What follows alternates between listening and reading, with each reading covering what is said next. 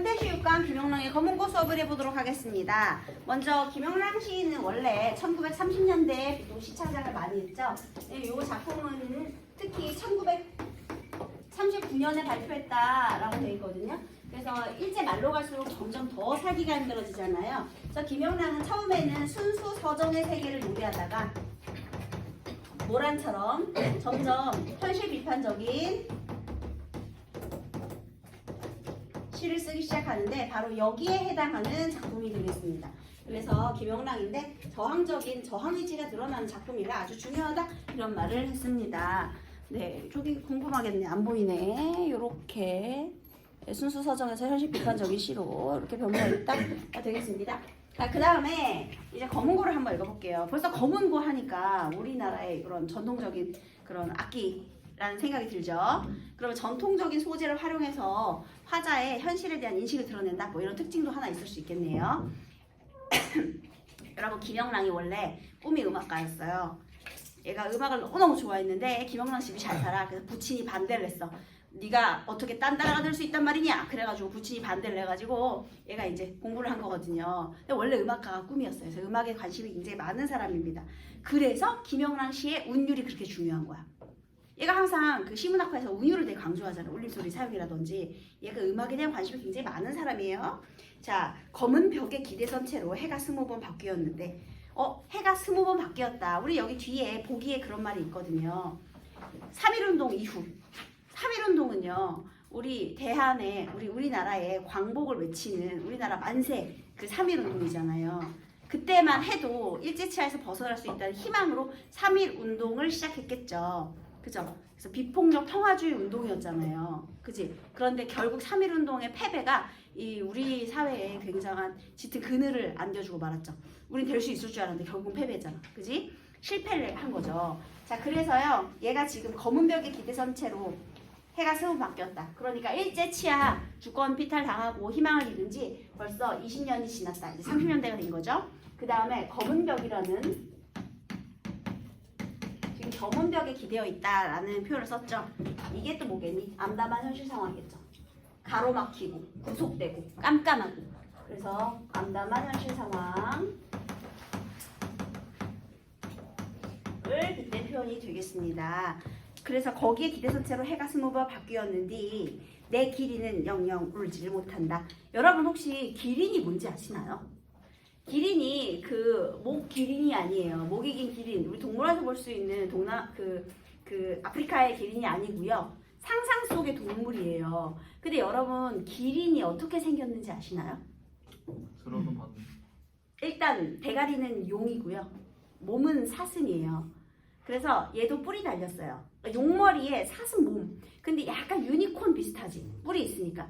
근데 얘가 이제 막 그런 막 비늘로 이렇게 덮여 있기도 하고 갈기가 막 휘어 날리면 되게 아름다운 색깔로 빛나기도 하고. 그래서 여기에 지금 기린이 등장을 하는데 얘는 첫 번째 상상 속의 동물.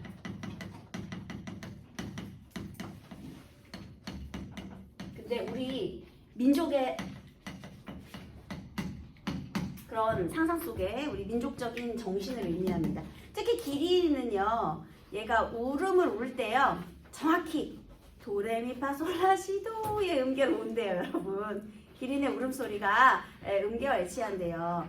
아마 옛날 동물이니까 도레미파솔라시도는 아니겠네. 그 뭐죠? 전통 음계 있잖아. 5개 있지? 궁상각치운가요? 그거 있잖아. 그렇게 울었겠지. 우리나라 원래 전통의 오음 아니에요? 궁상각치우 맞나요? 기억이 잘 안 나네? 뭐 그렇게 울었겠지. 궁상각치우 이렇게 울었겠죠, 여러분.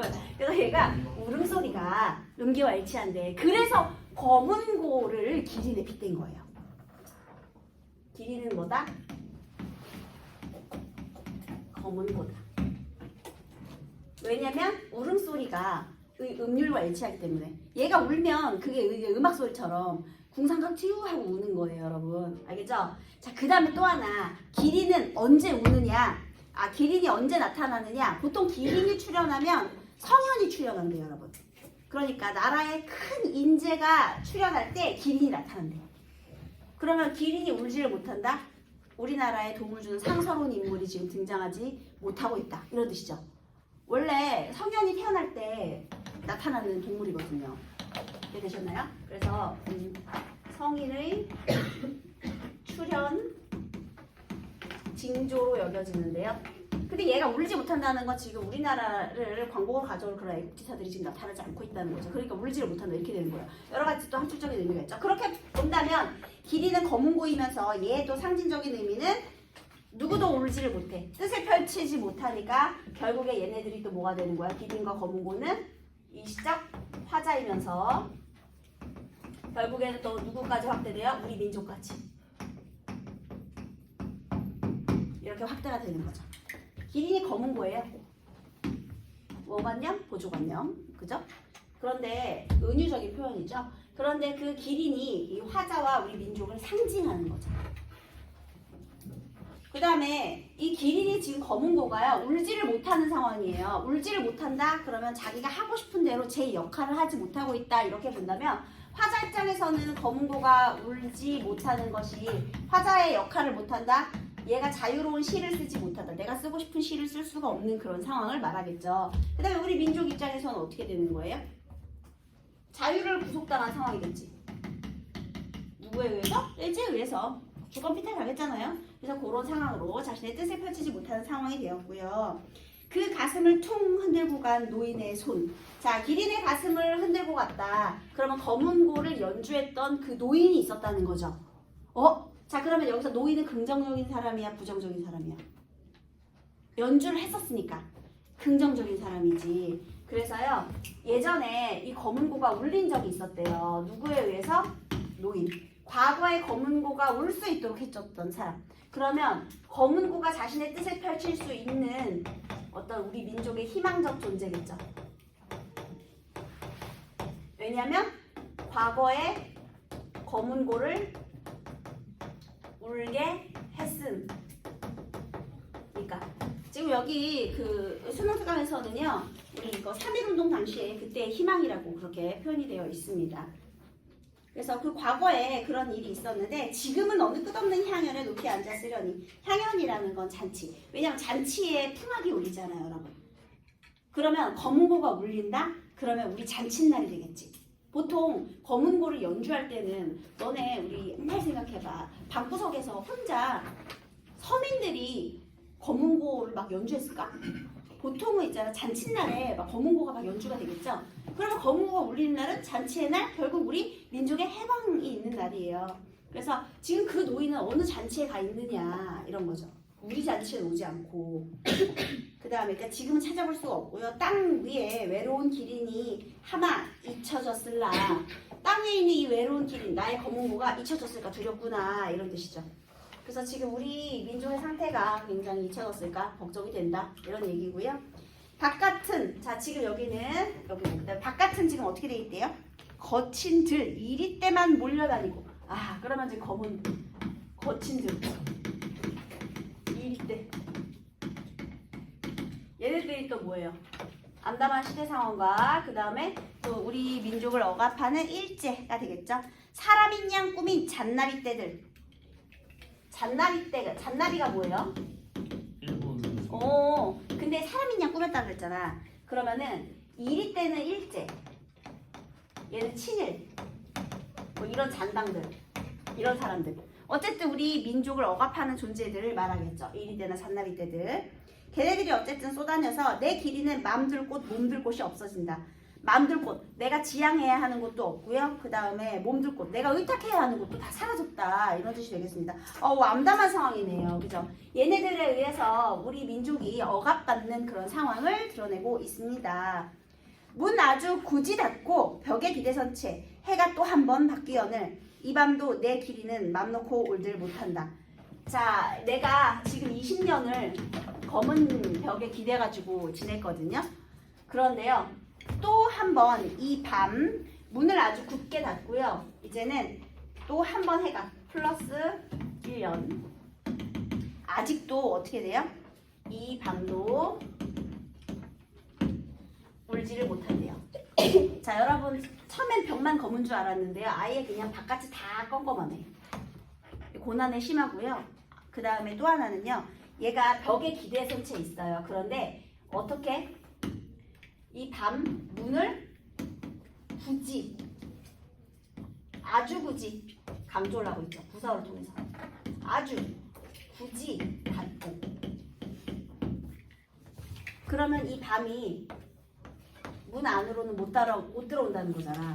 그러면 이 암담한 현실과 단절하려는 나의 의지죠. 문을 닫은 건 내 의지니까. 이게 저항 의지야, 얘들아.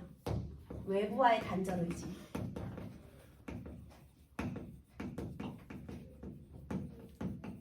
그래서 저항적이라는 거죠. 노인이 나타나서 이 검은 물을 울게 해줄 때까지 나 그냥 문 닫고 살겠다는 거죠. 이 밤. 왜냐하면 바깥에는 이리 때와 잔나리 때가 난리도 아니니까 나는 그냥 여기에서 기다리는 거예요. 그런데 여러분, 이 밤도 내 길이는 마음 놓고 울지를 못해요. 20년을 기다렸는데 또 한 해가 바뀌어도 아직도 울지를 못한대. 그러면 고난의 상황은 계속 어떻게 되고 있는 거예요? 고난 상황은 계속, 암담한 상황은 지속되고 있는 그런 안타까움을 드러낸 거죠. 마음 놓고 울지 못한다. 왜 검은고와 기린이었는지 이제 이해가 되시죠? 그래서 뭔가 상서로운 존재가 출연을 해야 될 텐데 또 노인이 와야 될 텐데 얘가 울어야 올 텐데 오지 못하는 그런 상황. 아직도 억압받고 있는 안타까움에 대한 내용이 되겠습니다. 그래서 여기서 특징은 일단 대조적인 의미의 시어를 활용하고 있다라는 거. 그 다음에 두 번째는 누가 봐도 수미상관. 1년이랑 지금 마지막 부분 똑같잖아요? 수미상관이 있죠. 그 다음에 여기서 그 기린이요. 검은 건데 걔가 마음 둘 곳, 몸 둘 곳이 없어졌잖아요. 그럼 대상의 의인화해도 상관없죠. 마음이 있는 거니까. 대상의 의인화도 상관이 없고요. 마음 놓고 울지 못하는 상황. 그 다음에 또 하나는 이 전통적인 소재를 활용해서 저 기린도 우리 전통의 상상, 이 민족적인 의미를 가진 전통적인 상상의 동물이잖아요. 그러니까 전통적인 소재를 활용해서 자신의 처지를 드러내고 있다. 전통적 소재를 활용해서 화자의 처지를 드러낸다. 딱 되겠습니다. 됐죠? 자, 그러면 이번에는 곽재구의 효율동리 1번.